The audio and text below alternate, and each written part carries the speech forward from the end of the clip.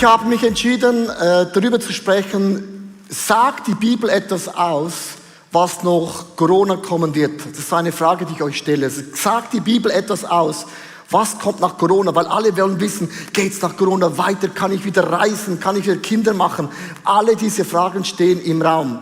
Und ich möchte euch Folgendes erklären, wenn du die Bibel studierst, ist wichtig, was am Anfang Gott zu Noah sagte, was kommen wird, sagt Gott auch am Ende der Offenbarung auch wieder. Wenn Gott prophetisch spricht, wiederholt Gott immer Dinge zweimal. Das ist immer etwas, Gott wiederholt etwas am Anfang und auch im Ende. Und Jesus erklärte uns in Matthäus 24, Vers 38, 39 und 42 Folgendes. Denn wie es sie waren in den Tagen vor der Sintflut, sie aßen, sie tranken, sie heirateten und ließ sich heiraten, bis an den Tag, an dem Noah in die Arche hineinging. Und sie beachteten es nicht, bis die Sintflut kam und raufte sie alle dahin. So wird es auch beim Kommen des Menschensohnes sein. Und jetzt kommt die Botschaft an uns Christen. Liebe Leute vom ICF, was auch immer eine Church du bist, darum wachet. Seid ready, seid on fire, seid euch bewusst, denn ihr wisst nicht, an welchem Tag euer Herr wiederkommt. Und hat uns Corona nicht irgendwie auf dem falschen Bein erwischt? Niemand von uns hat das erwartet, dass jetzt Corona kommt vor einem Jahr. Wir haben gedacht, wir gehen in den Urlaub, wir machen ICF-Camp, wir machen dies und jenes und wir sind im März mit dem falschen Bein aufgestanden, oder? Seit einem Jahr haben wir das Gefühl, oh mein Gott, was geht ab? Und Gott sagt, wenn solche Dinge geschehen, dann verschließt eure Augen nicht, verschließt eure Herzen nicht, verschließt eure Ohren nicht. Denn was Gott macht in der ganzen Corona-Krise, und ich möchte dieses Bild nochmals zeigen, Gott bringt ein bisschen Stimmung in die ganze Welt hinein, wie so ein bisschen so Sauerstoff da hinein. Und was durch Corona entstanden ist, ist Folgendes. Gott hat Dinge in unserem Leben in den letzten Monaten abgebrannt, oder? Ob du willst oder nicht willst. Es gibt mega tragische Stories, die geschehen wegen Corona. Aber Gott hat Dinge weggebrannt. Und ich habe eine Geschichte gehört und das hat einen Grund. Und zwar vor ein paar Monaten ist in ein Mann in Alabama, ist sein ganzes Haus abgebrannt. Und das ist eine Tragödie, wenn deine Pensionskasse, alles was du hast, was investiert, und sein Haus brannte ab. Und was man im Fundament gefunden hatte, war die Familienbibel. Und er nahm diese Bibel nach vorne und die Feuerwehrleute haben gemerkt, das Wort Gottes ist nicht verbrannt. Und er hat das dann gepostet in Amerika und viele Christen sind durch das erweckt worden.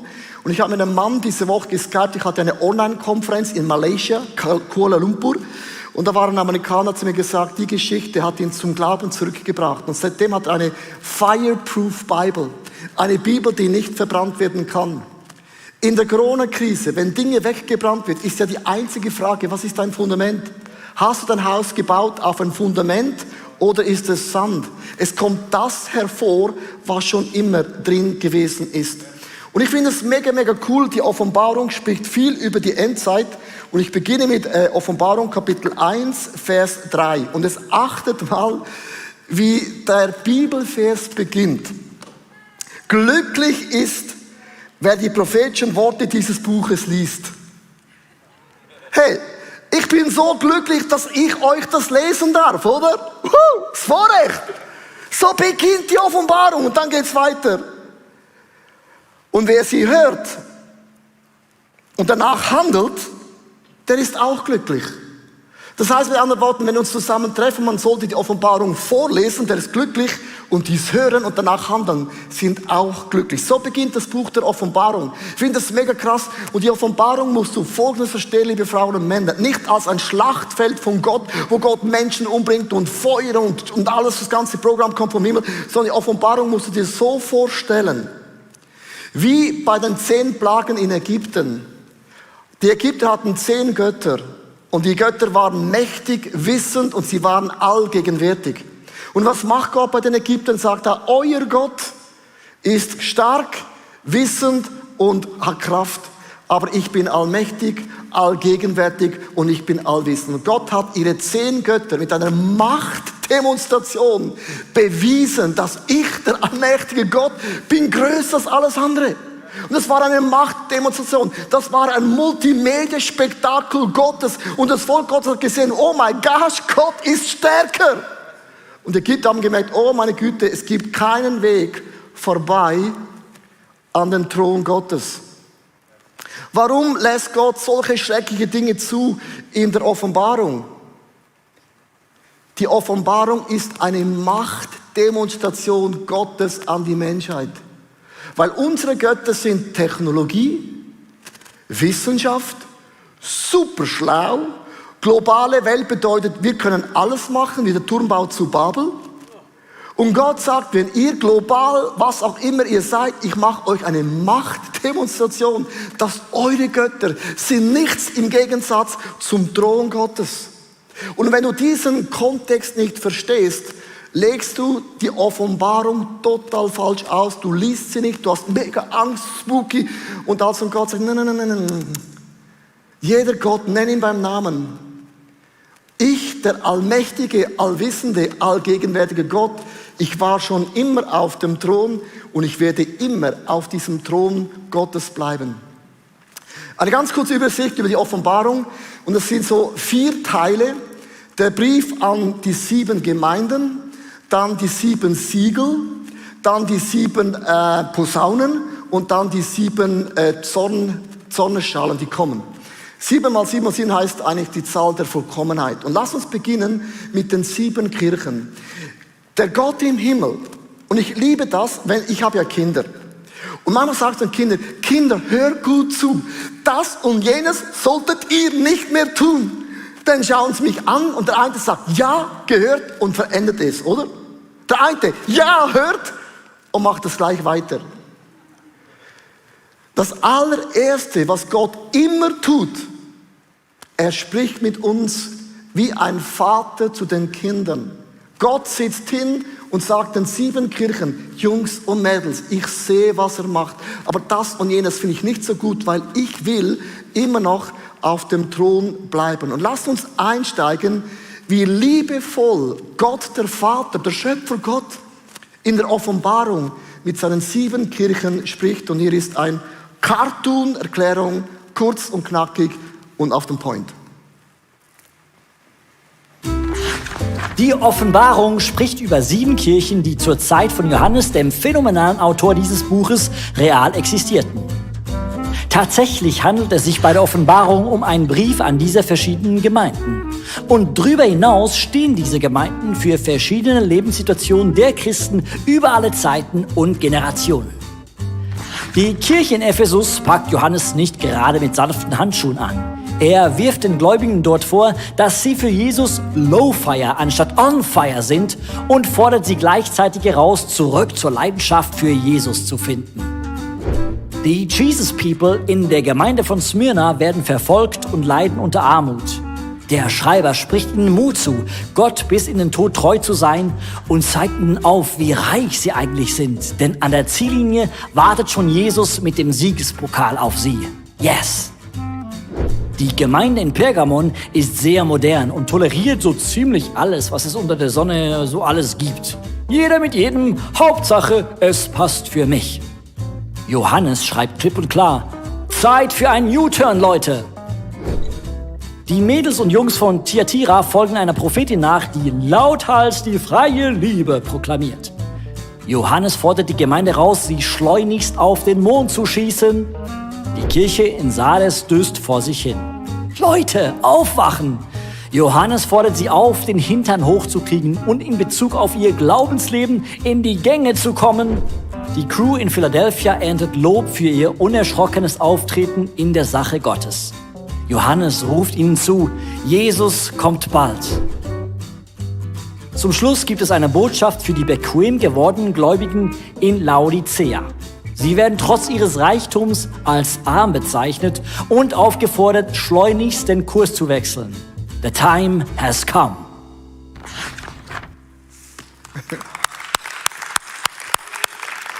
Also verstehst du, das Buch der Offenbarung beginnt, dass Gott wie mit seinen Söhnen hinsitzt und sagt, Jungs und Mädels, wenn ich euer Leben beobachte, gibt es gewisse Dinge, die sind nicht okay. Und ich möchte ganz, ganz ehrlich fragen, auch live und online, gibt es Dinge, wo Gott zu dir gesprochen hat, die letzten paar Wochen, wo Gott hingesetzt ist und hat gesagt, das und jenes finde ich nicht so sexy und es wäre an der Zeit, das zu ändern. Und es ist so, wenn Gott mit uns spricht und wir es nicht tun, dann weiß jeder Vater, irgendwann machst du eine Strafe, nicht weil du ein böser Vater, Mutter bist, sondern eine Strafe mit dem zu tun. Ich will dem Kind zeigen, dass am Ende vom Tag es Gebote und Gesetze gibt, die sind wichtiger als der jetzige Zustand.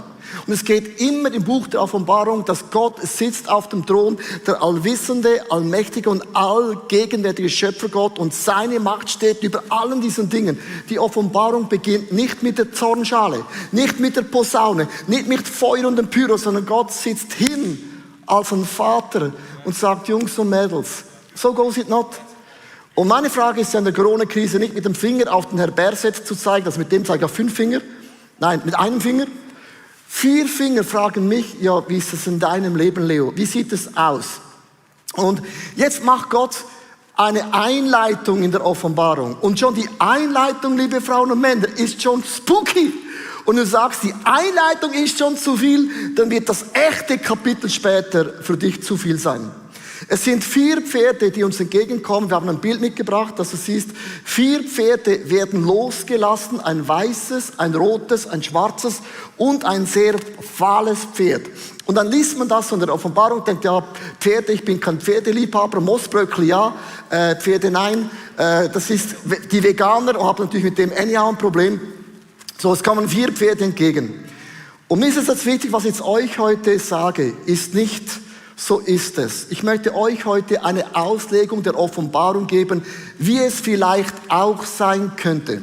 Ich sage nicht, so ist es, sondern man kann die Offenbarung verschieden lesen, verschieden interpretieren und auch sehen. Und ich finde es mega interessant, einfach mal zu überlegen, was könnte sein, weil Gott wiederholt Dinge immer wieder.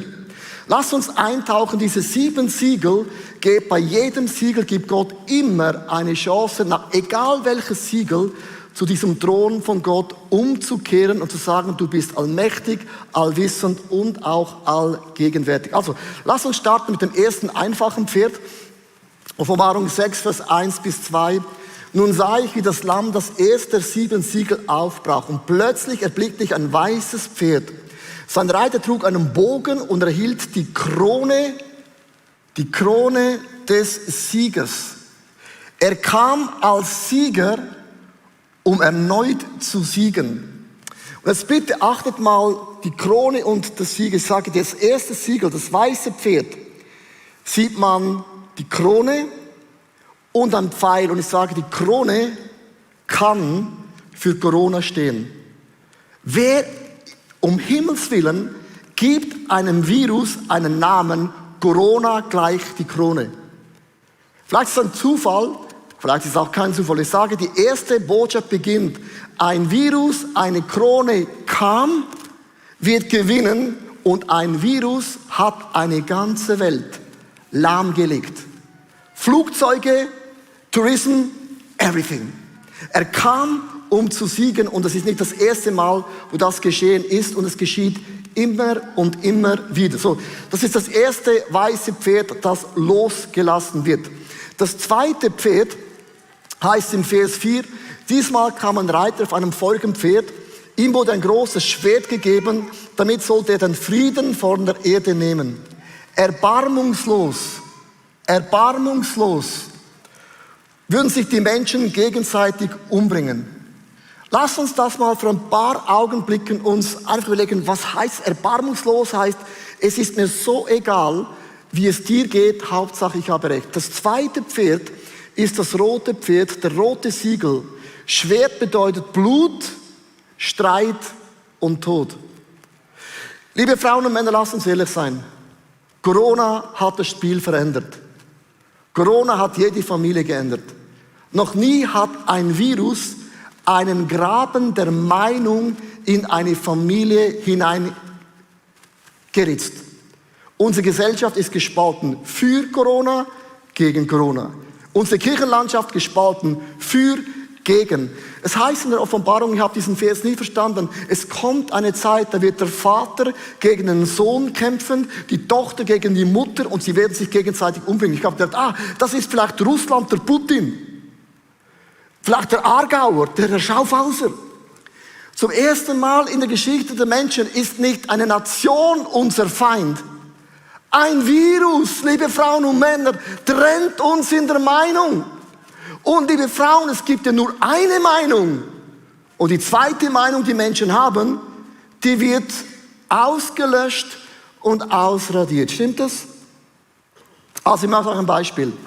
Eine Frau fährt letztes Jahr mit dem Auto in die Stadt. Sie ist eine Influencerin, eine sehr bekannte auf YouTube, also Instagram Frau. Sie will am Samstag Shopping machen. Und es ist eine Demonstration während der Corona-Krise. Sie schreibt nur, warum muss man immer demonstrieren? Ich möchte einkaufen gehen. Sie hat nur das gesagt. Das Problem war bei der Aussage, an dem Tag war Black Lives Matters. Und aufgrund von dem gab es einen Shitstorm, dass sie gegen die Schwarzen sind und diese Demo scheiße findet. Und sie hat nur gesagt, ich will shoppen gehen. Und hat 2 krasse Aufträge verloren von mega großen Firmen gesagt, du bist gegen Black Lives. Hat sie gar nicht gesagt. Sie hat nur gesagt, ich will shoppen gehen. Das darfst du gar nicht mehr sagen. Das heißt, shoppen gehen gleich, Demo ist scheiße. Und wir sind in einer Kultur drin, wo wir gar nicht mehr merken, wie erbarmungslos wir Menschen zerstören, mundtot machen und Mobbing und sagen, das ist Kultur. Es heißt, erbarmungslos bringen wir uns um, oder? Und ich finde es mega krass. Jemand hat mich gefragt, Leo, warum stehen da nicht mehr Menschen auf und sagen etwas gegen Corona? Wenn du deinen Job, deine Karriere verlieren willst, steh auf und sag etwas gegen Corona. Und die Menschen werden dich erbarmungslos löschen aus Instagram, Facebook, boom, auf der ganzen Welt. Jetzt sagst du, ja, aber zu Recht. Was heißt zu Recht? Es gibt heute nur noch eine Meinung. Die zweite Meinung ist falsch. Meinungsfreiheit ist eine Begabung Gottes und es gibt es gar nicht mehr. Es gibt nur noch diese Meinung, alle anderen liegen total falsch. Wer kennt das? Und liebe Frauen und Männer, wir denken, das ist normal. Und das heißt, erbarmungslos wirst du deinen Bruder in Christus sogar umbringen, weil deine Meinung zählt. Und es ist total gefährlich, wo wir hingehen. Jetzt überlegt ihr mal, in Holland vor 3 Wochen gab es eine Ausschreitung wegen diesem Lockdown. Und zum ersten Mal in der Zeitung stand geschrieben, hör gut zu, ein Bürgerkrieg in Holland liegt vor der Türe. Und ich denke, je mehr du die Meinung unterdrückst, desto mehr wirst du Krieg provozieren. Und wir sagen, nein, das ist eben wissenschaftlich bewiesen. Es ist nichts bewiesen. Es ist alles eine Diskussion.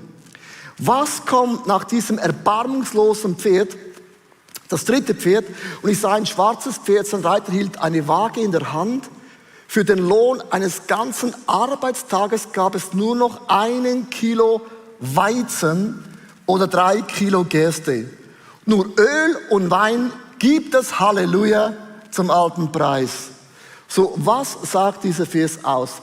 Das nächste Pferd, das schwarze Pferd, ist düster. Waage steht für Wirtschaft. Es wird eine Finanzkrise und eine Hungersnot über uns Menschen aufgrund von Corona kommen, ob du willst oder nicht. Corona, Streit, eine Finanzkrise. Also, ich stelle euch 2, 3 Fragen. In der Schweiz sagt man, Geld spielt keine Rolle. Wenn Geld keine Rolle spielt, wieso haben wir nicht vor 2 Jahren den Menschen in Afrika, die verdursten und verhungern, Milliarden gespendet, wenn Geld keine Rolle spielt? Wenn Billiarden in einem System in Amerika keine Rolle, es ist nur Geld. Wenn es nur Geld ist, warum haben wir nicht den Hungernden, den Durstenden und den Menschen in Not nicht geholfen? Weißt du warum? Es geht uns nicht an. Die sind dort unten und wir sind hier. Und wenn man sagt, jeder Tote ist einer zu viel, sagen alle, das stimmt. Darf ich dir eine Frage stellen? Von welchen Toten sprichst du? Wenn wir in der Schweiz sagen, wir haben 9000 Menschen sind gestorben, dann sage ich dir, meine Mutter starb an Corona und ich weiß, wovon ich spreche. Ich habe dann Trauer miterlebt. 9000 Tote.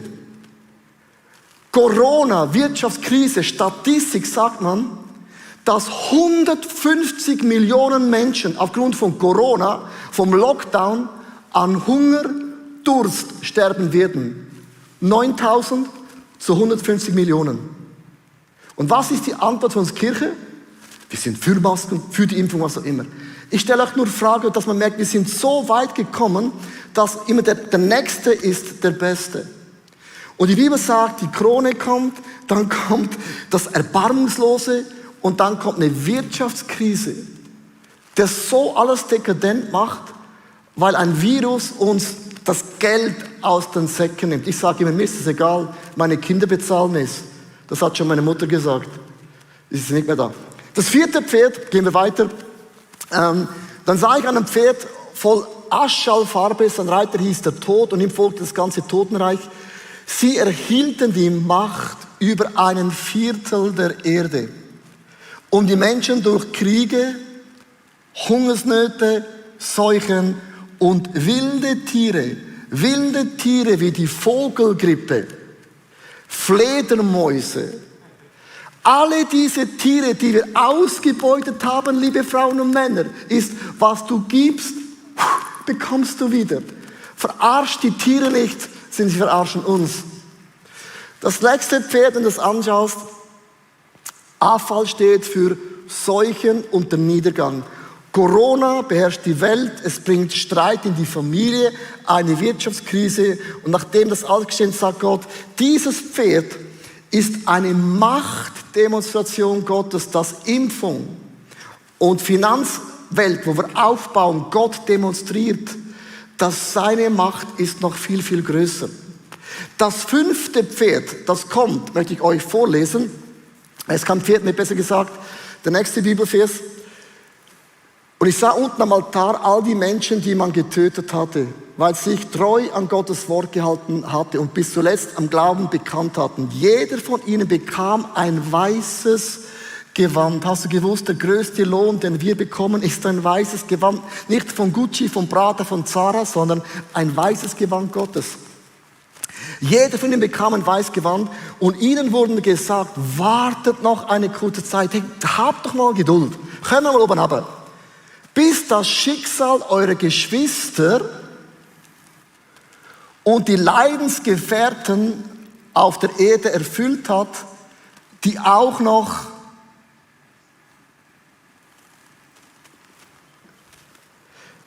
wenn man das liest, sind wir schockiert. Und Gott sagt, es kommt eine Zeit, wo wir Christen aufstehen, egal was ist die Meinung, egal was ist deine Karriere, egal was ist dein Preis, weil uns der Thron Gottes wichtiger ist als alles andere auf dieser Erde. Das 5. und 6. Siegel zusammengefasst auf einem Slide können wir lesen, Märtyrer werden getröstet und das 6. Zeichen ist ein Zeichen am Himmel, also Himmelskörper kommen herunter. Und wenn man das alles so liest, denkt man, wow, das ist crazy. Und die Bibel sagt, es glücklich ist, wer nicht in dieser Zeit in der Welt geboren wird. Weil es wird eine Durchschüttung geben, diese Erde, damit der Thron Gottes im Zentrum steht. Das ganze Setting bedeutet, Gott sitzt hin bei den 7 Kirchen, erklärt ihnen alles und sie wollen nicht hören. Dann sagt Gott, no problem, ich mache ein Pyro, ein Feuerwerk, um den Menschen zu zeigen, ich bin groß und allmächtig. Und es ist mega interessant, dass du weißt, in diesem 6. Siegel wird Gott aus den Juden 144.000 Frauen und Männer versiegeln mit einer evangelistischen Salbung, wie es Bonke, Billy Graham, Joyce Meyer, Christine Kane, nicht 5, 6 Leute, sondern 144.000 Menschen werden erweckt und gesalbt von Gott und sie gehen hinaus und werden das Evangelium vom Thron Gottes in die ganze Welt hinaus posaunen. In der größten Niederlage wird das Evangelium lauter sein als alles andere. Jetzt achtet mal, wie das endet im nächsten Vers. Und ich finde es ganz, ganz krass. Den können wir ganz kurz weglassen. Den nächsten Vers bitte. Und jetzt sah ich eine riesige Menschenmenge. So groß, dass es niemand mehr zählen konnte. Die Menschen kamen aus allen Nationen, aus der Schweiz, aus Liechtenstein, aus Deutschland, aus Österreich. Das ist ja die ganze Welt. Aus allen Stämmen, allen Völkern, aller Sprachen der Welt zu hören. Und sie standen vor dem Thron und vor dem Lamm. Und alle zusammen hatten weiße Gewänder und trugen Palmenzweige in der Hand. Warum ist der Vers so wichtig? In der größten Krise, der Job der Kirche, von dir und mir ist es immer wieder, das Evangelium Gottes, den Thron Gottes hinaus zu proklamieren in unsere Nachbarschaft und unsere Verwandten. Das ist unser Job. In einer Corona-Krise ist nicht unser Job aufzustehen. Wir sind gegen Maske, wir sind gegen Impfung. Impfe hin oder her. Schlimmer ist, wenn Menschen nicht an Corona sterben, sondern Menschen sterben ohne Jesus. Und unser Job der Church ist es, nicht über diese Dinge zu streiten, sondern zu streiten um den Thron Gottes, um Menschen da drauf sitzen, ja oder nein. Und die Bibel sagt, es war überfüllt, man konnte es nicht mehr zählen. Und es achtet, das 7. Siegel, das aufgemacht wird, ist das spektakulärste Siegel. Schweigen im Himmel. Am 7. Tag ruht Gott, oder? Und Gott schaut sich an und sieht das unendliche Meer von Frauen und Männern, wo diesen Thron Gottes gefunden haben. Gott hat gesagt, alles hat sich gelohnt. Liebe Frauen und Männer, glücklich ist, wer dieses Buch der Offenbarung vorliest. I'm so happy. Glücklich sind die, die es hören und danach handeln. Und jetzt kommt die Frage, Pastor Leo, wie willst du diese Predigt enden? Wie kommst du da raus? Ich mache euch ein Statement. Ich habe Theologie studiert, habe eine Ausbildung gemacht, kenne jede Offenbarungsart, die es gibt. Meine Erkenntnis, was die Offenbarung uns sagt, sind 2 Dinge. Wenn wir das lesen, get ready. Wenn Jesus heute kommt, sind deine Öllampen gefüllt? Sagst du, hätte ich jetzt nicht erwartet. Ganz ein dummer Moment. Die Bibel sagt, du weißt nicht wann. Und du sollst ready sein. Offenbarung sagt nur, get ready! Steh auf! Sei schlau! Sagst du, okay, Pastor, das bin ich. Halleluja, habe ich gedacht. Das Zweite, das Evangelium von der Offenbarung sagt, der Job der Church, der 144.000, die gesalbt werden ist, geht hinaus in die Welt und verkündet in der Corona-Krise mit Maske, ohne Maske, mit Social Distancing, mit Impfung, was auch immer du machst, das Evangelium der Hoffnung von Jesus Christus. Weil eines Tages wird eine Schar von Menschen da im Himmel stehen und staunen darüber, über die Güte von diesem Gott im Himmel. Die meisten, die die Offenbarung hören, bekommen Angst. Wenn du Angst hast, dann fehlt dir ein großen Teil vom Heiligen Geist, sorry. Gott hat uns nicht den Geist der Angst gegeben. Kennst du diesen Bibelvers? Sondern ich habe Angst vor Offenbarung. Gott hat uns nicht einen Geist der Angst gegeben, einen Geist der Kraft, einen Geist der Besonnenheit. Wake up, mach deine Augen klar, Jesus kommt bald. Das ist der Geist Gottes, nicht ich will ein Haus und eine Frau und ein Kind und einen Whirlpool, einen Swimmingpool und einen Unterpool, einen Zwischenpool, was immer du Pool willst. Get ready. Was heißt für uns als eine Church? Ich möchte ganz kurz mitnehmen in 3 Slides. Ich möchte euch eine Zeit ausrufen von #Jesus. #Jesus-Kampagne ist nicht einfach eine Kampagne. Es geht nicht um ICF, um keine Church, keine Struktur, es geht um Jesus. Der Name einer Church ist nur eine Gehhilfe. Wir beten nicht ICF an. Nicht unsere Church an, sondern wir beten Jesus an. 3 Dinge wollen wir tun. Vor Ostern, ab morgen beginnen wir eine Gebetswoche. Wir wollen eine Woche beten, dass unsere Freunde, unsere Nachbarn, unsere Familienmitglieder zum Glauben an Jesus finden. Ich habe in meiner Familie Leute, die kennen Jesus nicht. Und wir beginnen eine Woche zu beten. Gott, öffne ihnen die Augen, weil Gebet bewirkt etwas. Wir können nicht Menschen bekehren, der Geist Gottes tut es. Aber ich möchte on fire werden, sagen, Gott, ich habe einen Bruder, eine Schwester, ich habe Verwandte, ich habe Nachbarn. Ich wohne in 120 Wohnungen. Und es sind mindestens 100 Wohnungen, kennen sie nicht Jesus. Was mache ich mit dem? Wir beten eine Woche. Wir werden ein 24/7 Gebet machen. Wir werden 40 Tage die ganze Zeit als eine Church durchbeten, dass Menschen zum Glauben kommen. Wir werden Reach-Kampagne Geld einsammeln, um noch mehr Menschen zu gewinnen. Michi Sieber hat 4 Clips aufgenommen, so Entdecke Gott Kurse, wo du mit deinen Freunden, VIPs, Small Groups schauen kannst, wo wir in ganz einfachen Fragen wie ein Alpha-Kurs Fragen stellen, wo man diskutieren kann, und lade Menschen dazu ein.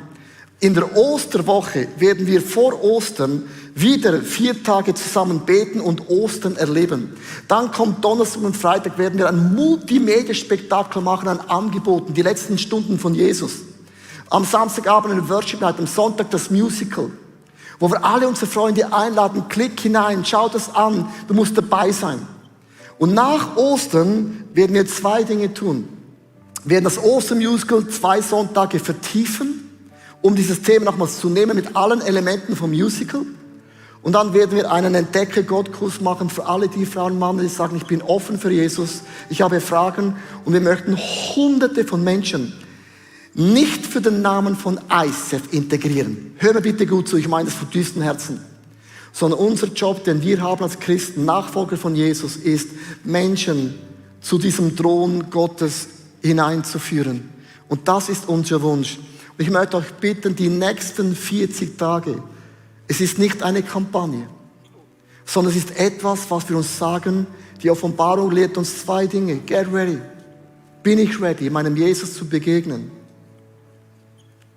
Und wenn du ready bist für Jesus, dann hast du noch einen Wunsch: deine Freunde, Nachbarn für Jesus zu gewinnen. Und wir werden beten, auch für die Regierung, für Politik, für unsere Nachbarn, für deine Mutter, für deinen Vater, was auch immer du in deinem Leben hast. Das Schlimmste, was passiert, ist nicht, dass Menschen an Corona sterben. Dass Menschen sterben, ohne Jesus zu kennen. Und das ist das größte Problem, das wir als Church haben. Und ich möchte jetzt ein Gebet beten für dein Leben, für mein Leben. Ich weiß nicht, ob Jesus wirklich in deinem Thron Platz genommen hat. Aber wenn du noch Angst hast von der Offenbarung, dann möchte ich dir sagen, dann gibt es Bereiche in deinem Leben, wo du das hinlegen musst, weil Angst ist nicht vom Geist Gottes kreiert. Dann ist ein alter Adam, willst du ein bisschen nochmals richtig kaputt machen. Ich möchte dich einladen, vielleicht zum allerersten Mal, oder vielleicht sagst du, ich möchte nochmals einen Restart machen. Aber eine solche Predigt wie heute, ob das jetzt genauso kommt oder nicht, ist theologisch wie auch immer. Aber mich challenged es eben zu wissen, dass am Ende vom Tag wird Gott eine Machtdemonstration zücken, uns Menschen aufzurütteln. Get ready. Und führe deine Menschen zu Jesus. Jesus, hier bin ich. Vergib mir all meine Sünden und Fehler. Ich lade dich ein, in mein Leben zu kommen. Sei du auf dem Thron meines Lebens. Ich mache dich zum Mittelpunkt von allem, was ich bin und habe. Jesus, leite und führe du mich. Segne und beschütze mich. Mein Leben gehört dir. Die Bibel sagt, wenn du dieses Gebet gebetet hast, du gehörst zur Familie von Gott. Deine Sünden und Fehler sind dir vergeben. Du bist ein Sohn und eine Tochter Gottes. Dein Name ist eingetragen im Buch des ewigen Lebens. Willkommen zu Hause. Ich möchte jetzt für ein paar Augenblicken einfach ruhig sein. Der Geist Gottes hat zu den 7 Kirchen gesprochen. Zu jeder Kirche ganz spezifisch. Und du bist der Tempel Gottes. Du bist die Kirche Gottes. Gott wohnt in dir. Und ich möchte jetzt einfach den Heiligen Geist bitten, dass er zu dir spricht und dir offenbart, was dein Thema ist. Bei gewissen Kirchen hat Gott einfach gesagt, du hast alles richtig gemacht. Ich tröste dich. Es kann auch sein, dass Gott dich tröstet. Du hast alles richtig gemacht. Es kann sein, du hast nicht alles richtig gemacht. Dann tröstet sich Gott auch mit einem Moment der Buße und der Umkehr. Das ist auch Trost. Heiliger Geist, ich bitte dich, wir haben Ohren, die hören, was der Geist Gottes seiner Gemeinde sagen möchte. Und ich habe Ohren und ich höre deine wunderbare Stimme. Sprich zu mir.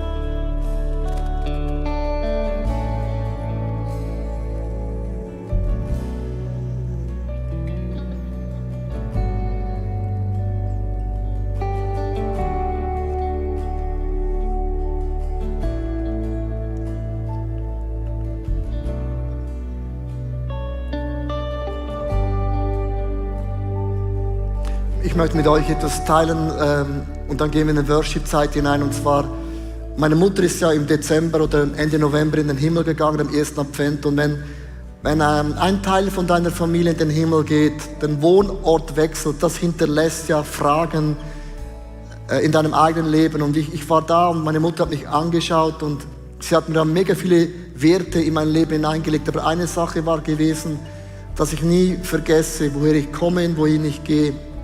In dieser Phase drin wurde mir so bewusst, für was lebe ich. Und ich möchte ein klares Statement machen, dass du mir das hörst und auch verstehst. Ich lebe nicht für ICF Zürich. Ich lebe nicht für die Familie Bigger.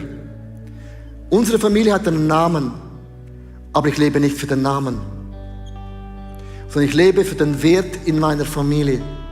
Das ist Gemeinschaft zu haben, Abenteuer zu erleben und den Namen Gott groß zu machen. Und ich lebe nicht für ein Branding. Ich lebe nicht für eine Struktur. Ich lebe nicht alleine für Church Planting, sondern ich lebe für den Namen von Jesus. Und Gott hat mich gesetzt und auch gesalbt, um das Evangelium von Jesus zu preachen. Wir haben mega viele Frauen und Männer, die schauen zu von irgendeiner anderen Kirche. So cool. Und du musst nicht mal die Church wechseln, weil es geht nicht darum, wechsle in unser Brand.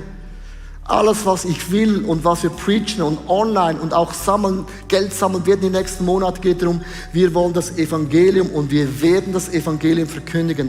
Und das ist ein Name. Und dieser Name heilt, dieser Name vergibt, dieser Name setzt frei, dieser Name wird uns ein weißes Gewand anziehen und jedes Gewand ist gleich. Und dann tragen wir diesen Namen von Jesus. Und mir wurde so nochmals bewusst, für das lebe ich. Ich liebe unsere ICF-Familie. Ist gar keine Frage. Versteht, was ich meine? Wir diskutieren oft zu viel über Strukturen, Konzepte, ist alles okay. Aber es gibt etwas, das ist größer. Und wir müssen diesen Wert hochhalten. Und dieser Wert ist und bleibt der Thron Gottes. Und keine andere Sache. Keine andere Sache.